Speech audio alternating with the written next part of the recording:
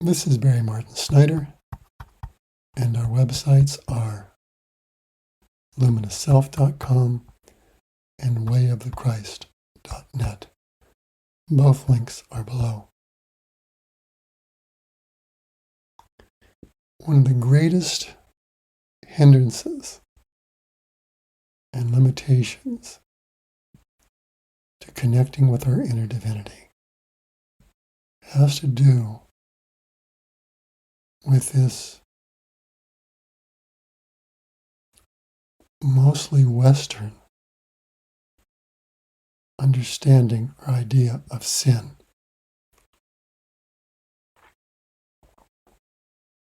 And the basic distortion that arises around it is that we can offend God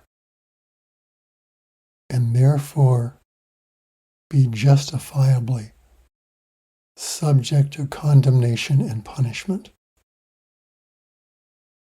That in essence, we can be bad or evil. In fact, one of the basic tenets of some Christian religious sects is that we are born into sin. In other words, the very act of birth means a sinful, evil, less than divine nature. No idea of such magnitude could not continue to exist if there was not some semblance of truth in it. And the truth does exist that this planet has been veiled in the illusion of separation for a very long time. And so when souls incarnate into this planet, the vast majority go to sleep and forget their true nature. And in doing so, they're disconnected from the source of knowing and divinity within their being that is their compass, their connection to what's real. And so we all come in and are conditioned to believe things that are untrue. We are scolded and punished and treated unlovingly by our parents and other source figures. We are taught that we are bad, we are wrong. All this passed down generation to generation, usually coming back to an idea that there is a God up there in heaven who sits on a throne of judgment and judges us to be worthy or unworthy, to be sinful, worthy of heaven or not. The original word sin came from a term in the Middle Ages from archery. It was when the arrow completely missed the target. The scorekeepers downrange would echo back to the marksman, sin means you missed the mark. You are not bad, wrong, or a failure. You simply missed the mark.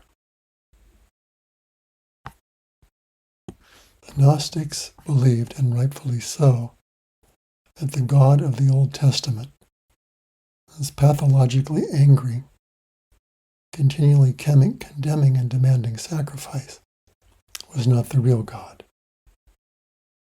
Many believe this to be true. The fallen ones, the archons, the lesser gods, created this distorted illusion and inculcated ourselves to this judgmental God as the true God. The profound importance of the first coming was that Christ Jesus came to show us a different God, the God of love, the God of infinite compassion and forgiveness.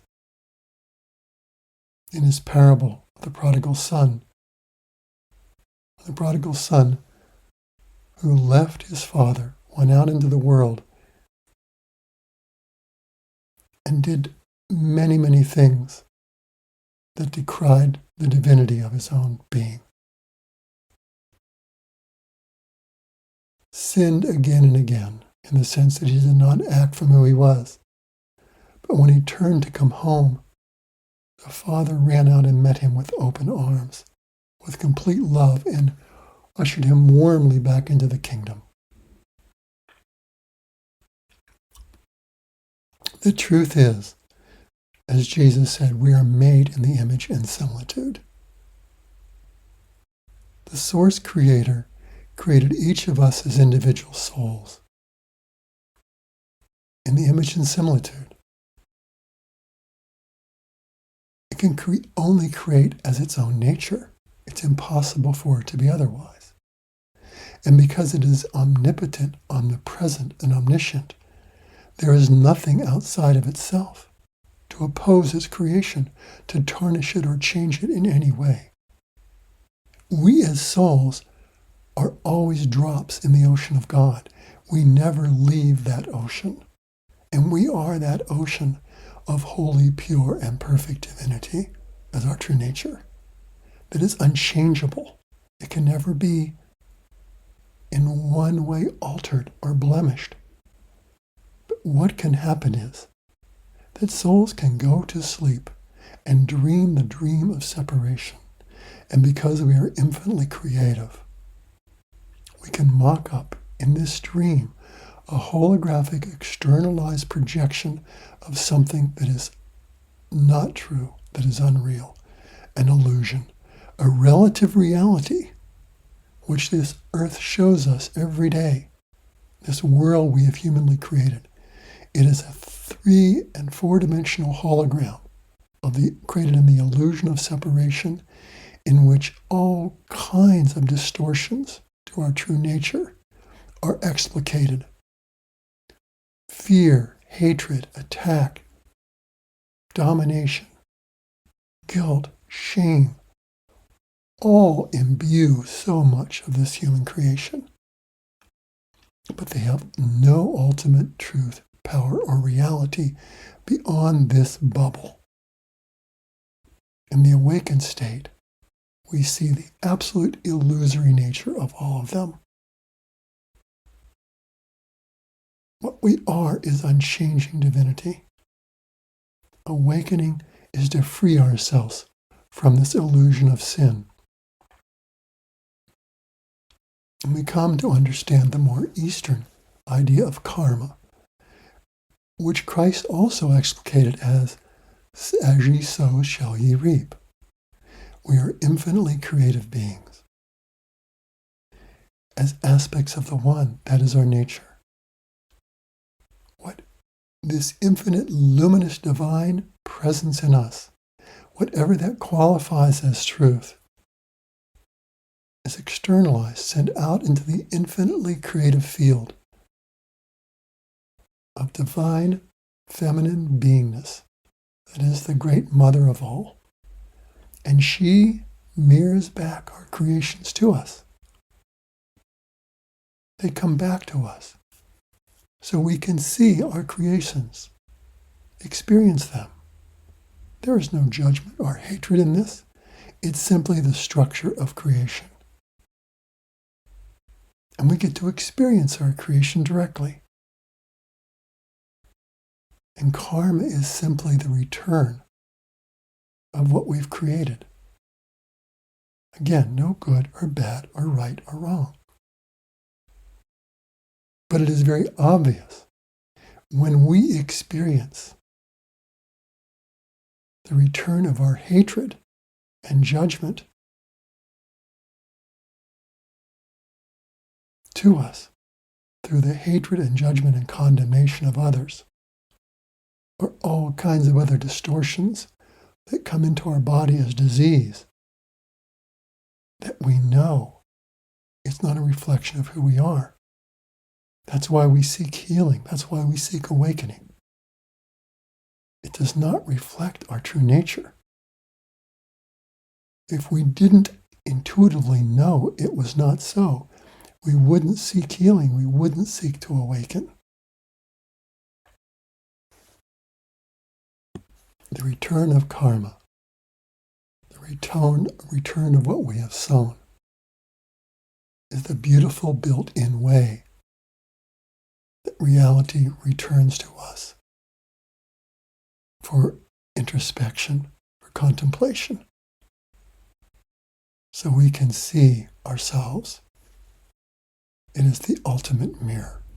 It is the most profound fabric of love that is building creation. Because love knows that only truth remains, for truth and love are one. And so no matter what experience comes back to us, it comes in love to reflect our creation, our externalization of our consciousness back to ourself. Love wants us to experience this, so we will examine our creation and seek the truth which does not resonate with who and what we truly are. The belief that we can be other than what we are, that we can be sinful, dark, bad, even evil beings, inculcates the deepest guilt and shame. They are the lowest frequencies that our soul can experience, even lower than fear. And when we are caught in this illusion that we are bad, shameful, sinful beings, it is virtually impossible to rise up into soul communion. I have seen this with beings I have worked with who have held on to this illusion based upon some embrace of Christian dogma. It does not mean that we are not responsible for our creations. If we act in ways that are outside of love and truth and light and life, we are responsible for these creations. If our miscreations impact another in a negative way, we are responsible for that. We must own responsibility for the impact they have had on another. We must feel the pain and sadness and grief in our own soul for what we have done, and there may be some form of righteous guilt or shame that arises, but it is only fleeting to remind us that we have made a mistake, and therefore we need to seek forgiveness. We need to own responsibility and approach those that we have acted unlovingly with and ask forgiveness, own responsibility, and ask God what we need to do to make it right. We are not free from our misqualifications. We're not free from our karmic deeds. But it doesn't mean that we are sinful, dark, evil beings.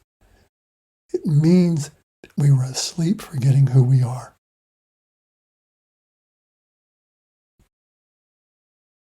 There is no condemnation or sin in this. We have all fallen asleep to our true nature. And we will and must awaken. But we are not bad or evil. We are unchanging divinity that has forgotten itself. I was once given this experience to help me deepen my understanding of this. They asked me, what would happen if one of your deepest, most loving friends, one who loved you and cared with you beyond comprehension,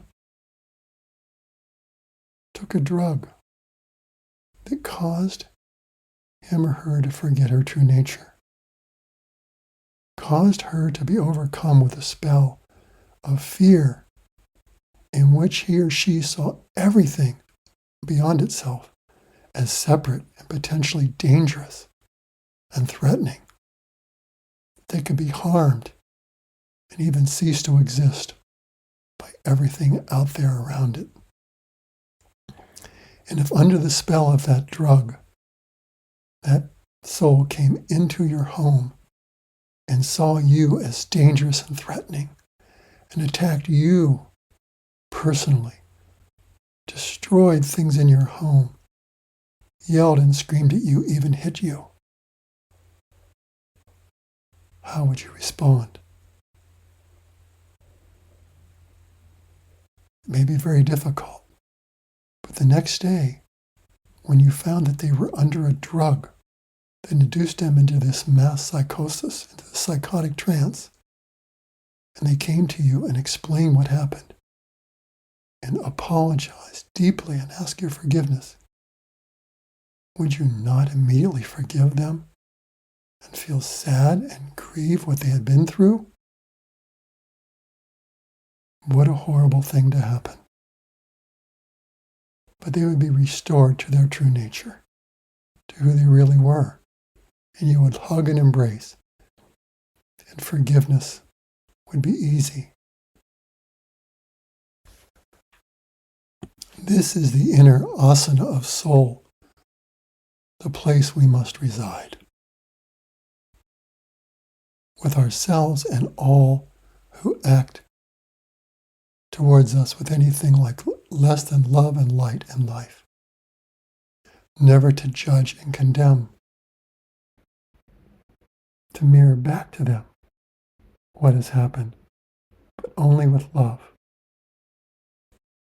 This is where we must come to if we are to transcend all illusion of sin as badness, of less than what we truly are as holy, pure, and perfect divine beings. And we need not even experience the return of our karma. In other words, and when we have act in the illusion of separation, we do not need to have the same happen back to us. That is one of the gifts of the first coming. The laws of karma were lifted. We can simply own responsibility for our miscreation and redeem ourselves and our action. See what we have done wrong, own responsibility, and ask for forgiveness, and redeem our consciousness. Create the errors of illusion, the beliefs we held, the judgments we held, and ask for forgiveness and do whatever is necessary as God shows us to alleviate the effects with those that have been affected by our actions. And when this is done, we are forgiven, and we need not experience directly the same thing that happened through our miscreation. So hopefully this is an explanation of what sin, karma, and a beginning understanding of what forgiveness is about. Hopefully this will release us from one of the deepest, most damaging illusions of sin and condemnation. We can be dark, bad, even evil beings. For this is not true. And never will be. Much love and many blessings. Your brother in the truth of our true divine nature.